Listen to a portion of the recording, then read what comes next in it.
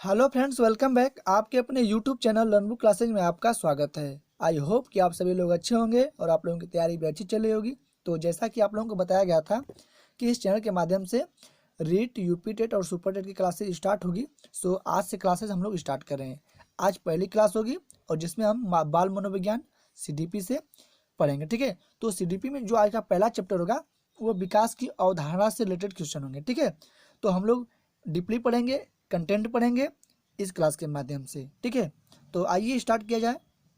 देखिए, ये मेरा चैनल का लोगो है। अगर अभी तक आप मुझसे नहीं जुड़े हुए हैं तो यूट्यूब में लर्नबुक क्लासेस सर्च करेंगे, ये लोगो आपको मिलेगा और वहाँ से जाकर आप मुझे सब्सक्राइब कर सकते हैं और बेल आइकन दबाना आप नहीं भूलिएगा। ठीक है, ये है कुछ सोशल साइट के माध्यम से आप मुझसे जुड़ सकते हैं। आइए क्लास स्टार्ट करते हैं। देखिए, पहले हम लोग पढ़ेंगे विकास की अवधारणा। ठीक है, कि विकास की अवधारणा क्या होती है। तो देखिए, जो विकास होता है वो जीवन पर्यंत चलने वाली एक निरंतर प्रक्रिया है जो गर्भधारण से लेकर मृत्यु पर्यंत होती रहती है। देखिए, जो विकास की अवधारणा में यही है कि जो विकास है वह है जीवन पर्यंत चलने वाली एक प्रक्रिया है और यह गर्भधारण से लेकर मृत्यु पर्यंत चलती रहती है। ठीक है, तो विकास हमारे जन्म से लेकर मृत्यु तक होता रहता है। ठीक, जो विकास की प्रक्रिया में जो बालक का शारीरिक, क्रियात्मक, संज्ञानात्मक, भाषागत, संवेगात्मक एवं सामाजिक विकास होता है। देखिए, जो विकास की प्रक्रिया में ना ये बालक में शारीरिक विकास भी होगा, क्रियात्मक भी होगा, संज्ञानात्मक भी होगा, भाषागत भी होगा, संवेगात्मक भी होगा और सामाजिक भी होगा। यानी एक तरह से हम लोग कह सकते हैं कि विकास की प्रक्रिया में बालक का सर्वांगीण विकास होता है। ठीक है, तो देखिए, ये मनोवैज्ञानिक है अरस्तु जी। इन्होंने कहा था कि जो विकास है वह आंतरिक एवं बाह्य कारणों से व्यक्ति में परिवर्तन लाता है। जो विकास विकास ही ऐसा चीज है कि व्यक्ति ये कैसे होता है, आंतरिक एवं बाह्य कारणों से व्यक्ति में परिवर्तन लाता है, यही विकास है। अरस्तु जी जो मनोवैज्ञानिक है, इन्होंने अपने एक कथन में कहा था। ठीक है, अब पढ़ा जाएगा कि विकास के लक्षण क्या होते हैं। ठीक है, विकास के लक्षण क्या क्या होते हैं। देखिए, विकास प्रायः व्यवस्थित, प्रगतिशील और नियमित होते हैं। देखिए, जो पहला बिंदु है कि जो विकास होता है यह क्या होता है, परिवर्तनशील होता है, व्यवस्थित होता है, प्रगतिशील होता है और नियमित होता है। देखिए, व्यवस्थित का मतलब इसका क्रम क्रम व्यवस्थित है। प्रगतिशील का मतलब ये बढ़ते हैं। ठीक है, और नियमित का मतलब इसका एक क्रम जो है वह नियमित क्रम है। ठीक है, जैसे मान लीजिए कोई बच्चा है, वह गर्भधारण से लेकर उसके जन्म अवस्था तक या उसके प्रौढ़ावस्था तक, ये एक इसका जो क्रम है ये व्यवस्थित क्रम है और निरंतर उसमें विकास, प्रगति से प्रगति होगी। ठीक है, तो यही क्रम है। यहाँ पे यही कहा गया है कि जो विकासात्मक परिवर्तन होता है वह व्यवस्थित होता है, प्रगतिशील होता है और नियमित होता है। ठीक है, देखिए, सामान्य से विशिष्ट होते हैं। जो विकास होता है ना वह क्या होता है कि सामान्य से विशिष्ट की ओर होता है। ऐसा नहीं है कि बच्चे के अंदर विशिष्ट चीजें पहले ऑब्जर्व करेगा और बाद में सामान्य चीजें ऑब्जर्व करेगा। नहीं, पहले बच्चा सामान्य चीज को जानेगा, उसके बाद धीरे धीरे वह विशिष्ट चीज को जानने लगेगा। ठीक है, देखिए, सरल से जटिल के होते हुए, देखिए बच्चे के अंदर क्या होगा, जब विकास पहले वह सरल चीजों को सीखेगा। जैसे मान लीजिए कोई बच्चा, आप उसको जोड़ सिखा रहे हैं तो जोड़ सिखाएंगे, घटाना सिखाएंगे, उसके बाद वह गुणा भाग करेगा। आप ये नहीं करेंगे, बच्चा करेगा कि पहले वो गुणा सीख जाएगा, वो कभी नहीं सीख पाएगा। जब तक उसको जोड़ घटाना नहीं आएगा तब तक वह क्या करेगा, गुणा भाग नहीं सीख पाएगा। तो यह जो विकास का जो क्रम होता है ये सरल से जटिल की ओर होता है। क्या होता है, सरल से जटिल की ओर होता है। ठीक है, तो ये विकास के लक्षण है। अगर आप इन पॉइंटों को अगर ध्यान से ऑब्जर्व कर रहे हैं तो ये बहुत ही अच्छा है। किस लिए, विकास की अवधारणा, यहाँ से भी क्वेश्चन आपके बनते हैं। डायरेक्ट आपको विकास के लक्षण दे दिया जाएगा, इसमें आपका सरल से जटिल, सामान्य से विशिष्ट, विशिष्ट से सामान्य और जटिल से सरल, आप कंफ्यूजन हो जाएंगे कि विकास के लक्षण कौन से हैं। ठीक है, तो ऐसे क्वेश्चन आपके रीट में हो या यूपी टेट हो या सुपर टेट में पूछे जाते हैं। ठीक है, देखिए, एकीकृत से क्रियात्मक क्रियात्मक स्तर की ओर अग्रसर होते हैं। देखिए, जो विकास होता है वो एकीकृत से क्रियात्मक की ओर होता है। जैसे पहले हम कुछ चीजों के बारे में जानेंगे, फिर जो उसका जो विस्तार होगा, उस ओर अग्रसर होगा। ठीक है, नेक्स्ट बिंदु देखा जाए। देखिए, जो यह प्राय एक क्रम का अनुसरण करते हैं। सही बात है, जो विकास होता है ना ये क्या होता है, एक क्रम का अनुसरण करता है। जैसे अभी मैंने बताया कि पहले शिशुअवस्था होगा, उसके बाद बाल्यावस्था होगा, उसके बाद किशोरावस्था होगा, प्रौढ़ावस्था होगा। ऐसा नहीं होगा कि जो बच्चा पहले बाल्यावस्था में चला गया, उसके बाद उसके बाद आ गया शैशवावस्था में, ऐसा नहीं होगा। तो इसका जो एक क्रम है ये इसका क्या करता है, अनुसरण करता है। ठीक है, विकास बहुआयामी होता है, अर्थात यह कुछ क्षेत्रों में बहुत तीव्र गति से होता है और कुछ क्षेत्रों में धीमी गति से होता है। देखिए जो विकास का क्षेत्र है ना, ये बहुआयामी क्षेत्र है, बहुत बड़ा क्षेत्र है। ठीक है, और जो विकास होगा ना, इसके इसके जो तीव्र वृद्धि होगी ना, ये कहीं तीव्र गति से होगी और कहीं धीमी गति से होगी। देखिए तीव्र गति से हो सकता है किसी बालक में जो बाल्यावस्था में बालक का जो विकास है, मान लीजिए उसकी हाइट है कम बड़ी होगी, लेकिन वह किशोरावस्था में जाकर एकाएक हाइट बढ़ती है। ठीक है, हो सकता है किसी बालक की बाल्यावस्था में हाइट अधिक बड़ी हो और किशोरावस्था में कम बड़ी हो। तो यही बात यहाँ पे कह रहा है कि यह कुछ क्षेत्र में तीव्र गति से वृद्धि को दर्शाता है, जबकि कुछ क्षेत्र में यह धीमी गति से होता है। देखिए विकास लचीला होता है। हाँ देखिए विकास लचीला यही दर्शा रहा है कि हो सकता है कि बालक की उम्र जैसे आज किशोरावस्था है, तो किशोरावस्था में बालक का विकास बहुत कम हुआ, लेकिन हो सकता है कि उसका बाल्यावस्था में विकास अच्छे ढंग से हुआ है। तो यही लचीलेपन का कारण यही है। ठीक है, देखिए अगला पॉइंट है कि विकास मात्रात्मक एवं विकासात्मक परिवर्तन मात्रात्मक एवं गुणात्मक दोनों हो सकते हैं। देखिए मात्रात्मक और गुणात्मक, देखिए विकासात्मक परिवर्तन में मात्रात्मक मतलब मान लीजिए कि किसी बच्चे की जो हाइट है उसको हम नाप सकते हैं कि किशोरावस्था में बच्चे की हाइट इतनी है और प्रौढ़ावस्था में जाकर इतनी हो गई, या शैशवावस्था में बच्चे की हाइट इतनी थी, बाल्यावस्था में इतनी थी और अब किशोरावस्था में आकर हाइट इतनी हो रही है, तो इसको हम माप ले रहे हैं। और गुणात्मक का मतलब है उसमें ऐसा नहीं है कि उसकी हाइट में कमी हो रही है, वृद्धि हो रही है। गुणात्मक का मतलब होता है ना वृद्धि होना, जिससे शैशवावस्था में बालक की हाइट अगर 1 फीट है तो बाल्यावस्था में या किशोरावस्था में उसकी हाइट बढ़ के धीरे से 4 या 5 फीट या 6 फीट जो भी होनी है होगी।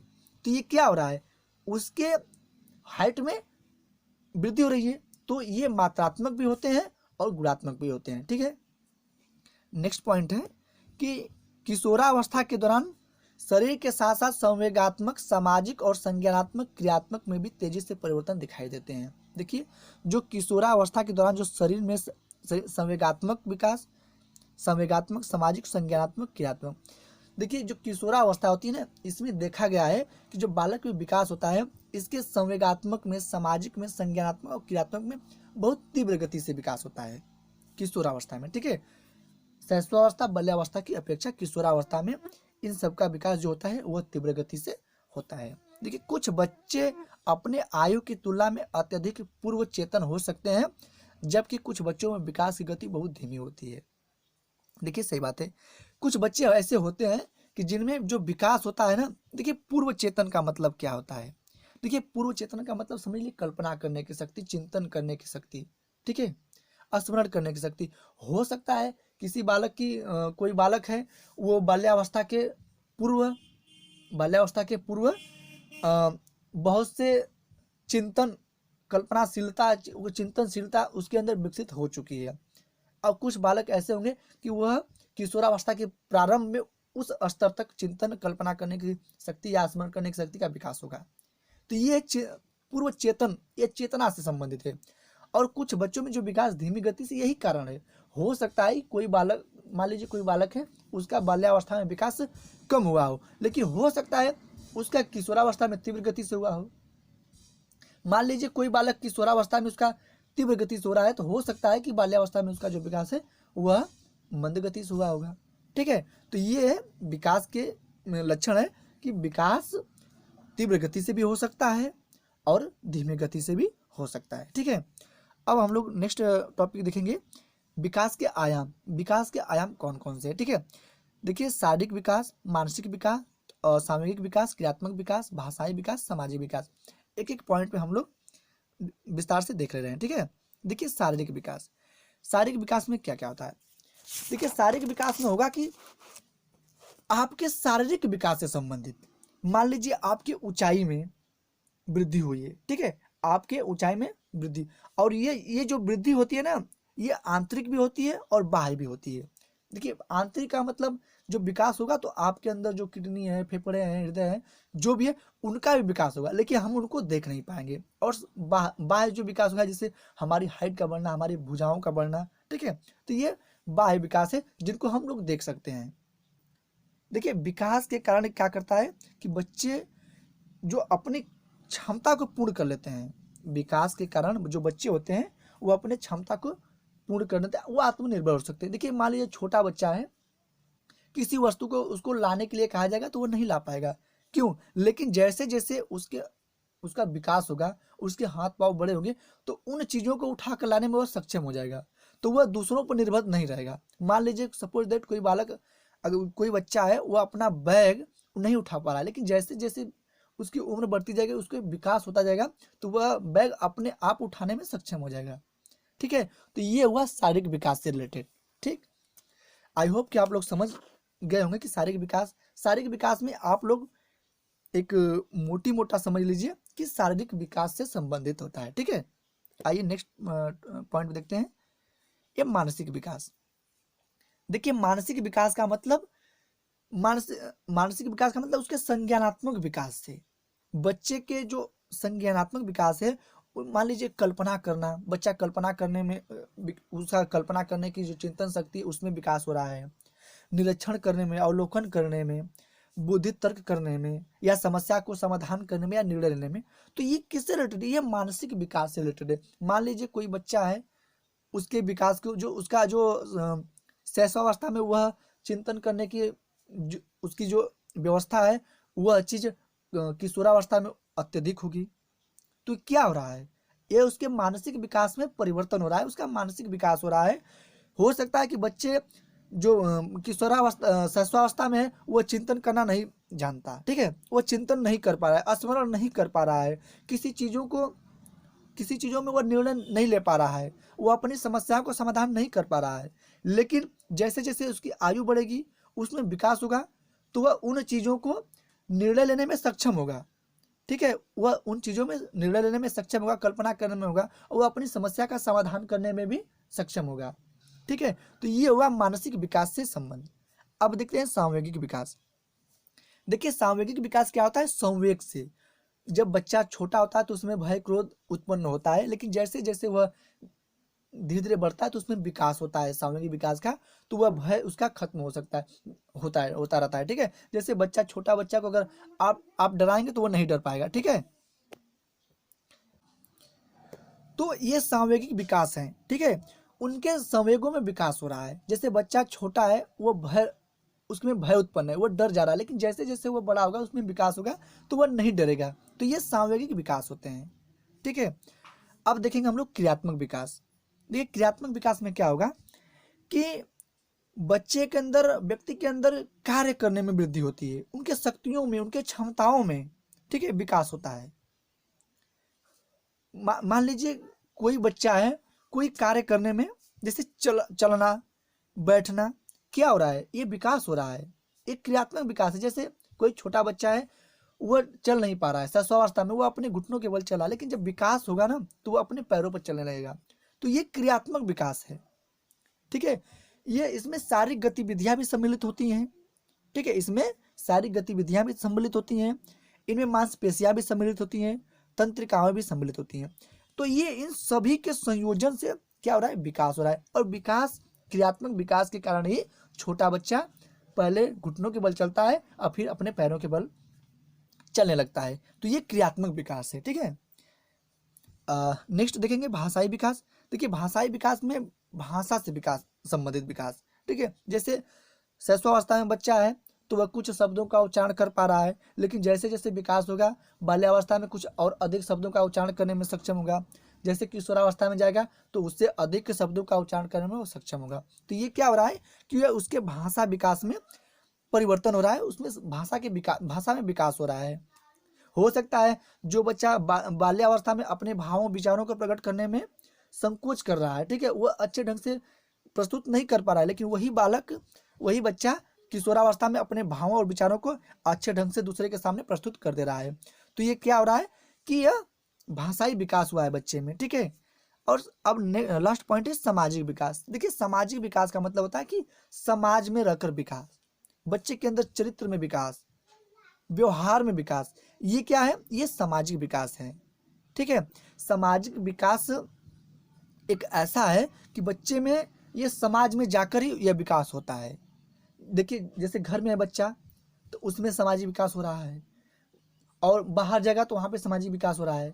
तो वह सीख रहा है, वह सामाजिक विकास से यही तात्पर्य होता है कि व्यक्ति बच्चे के अंदर या व्यक्ति के अंदर उसके व्यवहार में परिवर्तन, उसके चरित्र निर्माण में परिवर्तन।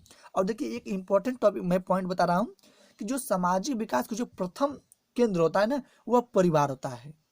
देखिए जो परिवार होता है उसको प्रथम केंद्र माना गया है सामाजिक विकास का। ये क्वेश्चन आपके एग्जाम में पूछे जाते हैं, ठीक है, कि बच्चे में सामाजिक विकास का प्रथम स्थान कौन है, ठीक है, प्रथम पाठशाला कौन है। आपको ऑप्शन दे देंगे पास पड़ोस, घर, विद्यालय और दूरदर्शन या अन्य माध्यम।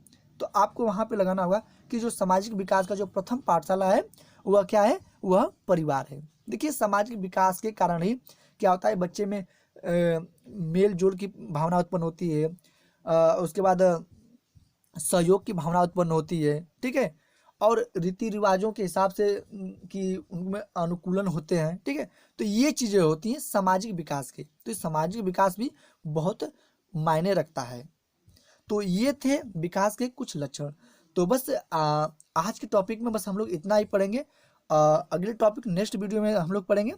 तो ये सामाजिक लक्षण, सामाजिक विकास के लक्षण हम लोगों ने पढ़ा आज, विकास की अवधारणाओं के बारे में पढ़ा। तो आई होप कि आप सभी लोगों को अच्छे से समझ में आ गया होगा। लेकिन अगर फिर भी अगर आप लोगों को नहीं समझ में आया होगा तो आप लोग कमेंट करके जरूर पूछिएगा। मैं विस्तार से आप लोगों को जहाँ पे नहीं समझ में आएगा मैं आपको बताऊंगा। तो बस आज की क्लास में इतना ही। अगर अभी तक आप हमारे चैनल को सब्सक्राइब नहीं किए हैं तो सब्सक्राइब करें, बेल आइकन दबाना न भूलें और दोस्तों को शेयर जरूर करें। तो जय हिंद, जय भारत।